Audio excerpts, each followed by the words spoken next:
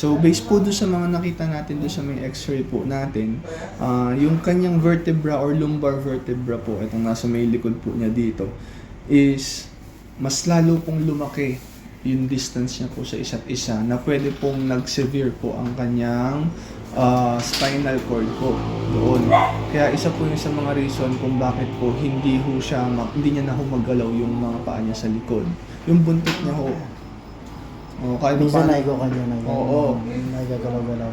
No, so yung pain niya rin na nararamdaman na yun, pwedeng dahil din po doon kasi masakit po talaga yun, lalo na pag nagagalaw. Etong sa may tiyan niya po dito, akala ko nung una is bladder, hindi naman ganun kapuno yung bladder niya. Ang meron po siya is popes or tae po. Meron po siya dito. Kailan po siya huling tumae siya? Kagabi. Kagabi tumae. Kanina Kagabi. umaga, wala pa. Oo, wala pa. Pero sige, obserbahan muna natin yun sa may pagtae niya, ha? Tapos, eto rin, meron din tayong poops na naipon sa kanya dito. So, ngayon sir, ang reason natin kung bakit siya in pain, palaki ng palaki yung distance ng vertebra niya.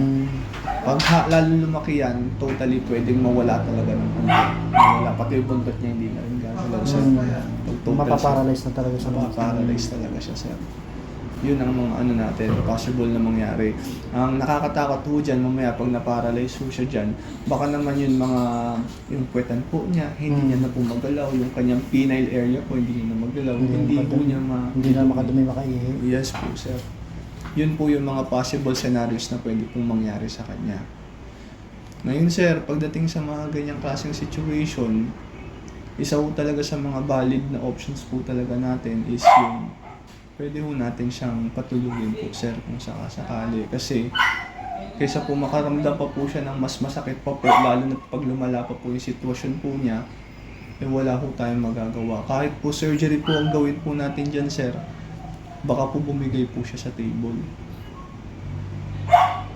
Pero kung meron pa rin naman tayong option na gusto pa rin natin ituloy yung medication sa kanya, we will do our best pa din. Ibigay pa rin kami ng recommendation sa mga medications na ibibigay, anti-pain medication, pero about dun sa may distance ng kanyang vertebra, sir. Hindi siya pwedeng ma-surgery pagka ganun.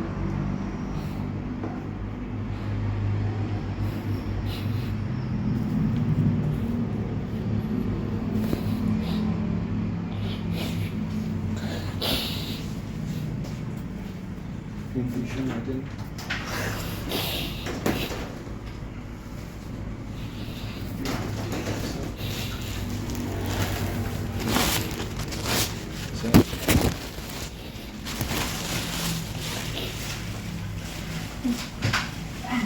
Sige, wala. Yes po, sir.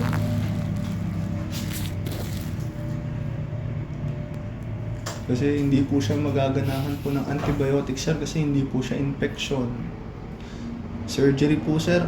Bata pa po siya, tapos sobrang severe na po ng surgery niya. Ang nipis pa po ng kanyang mga buto. Pwede pong mag-crack po yan doon. Supplements po, more likely ba kayo ibinigay na supplements na una is more on calcium. Hindi po agad-agaran po yun, it will take time po before po talaga mag-ano yan. Pero kung titignan po natin yung sa genes niya na pagka-incest po, isa po yun sa mga major problem po natin.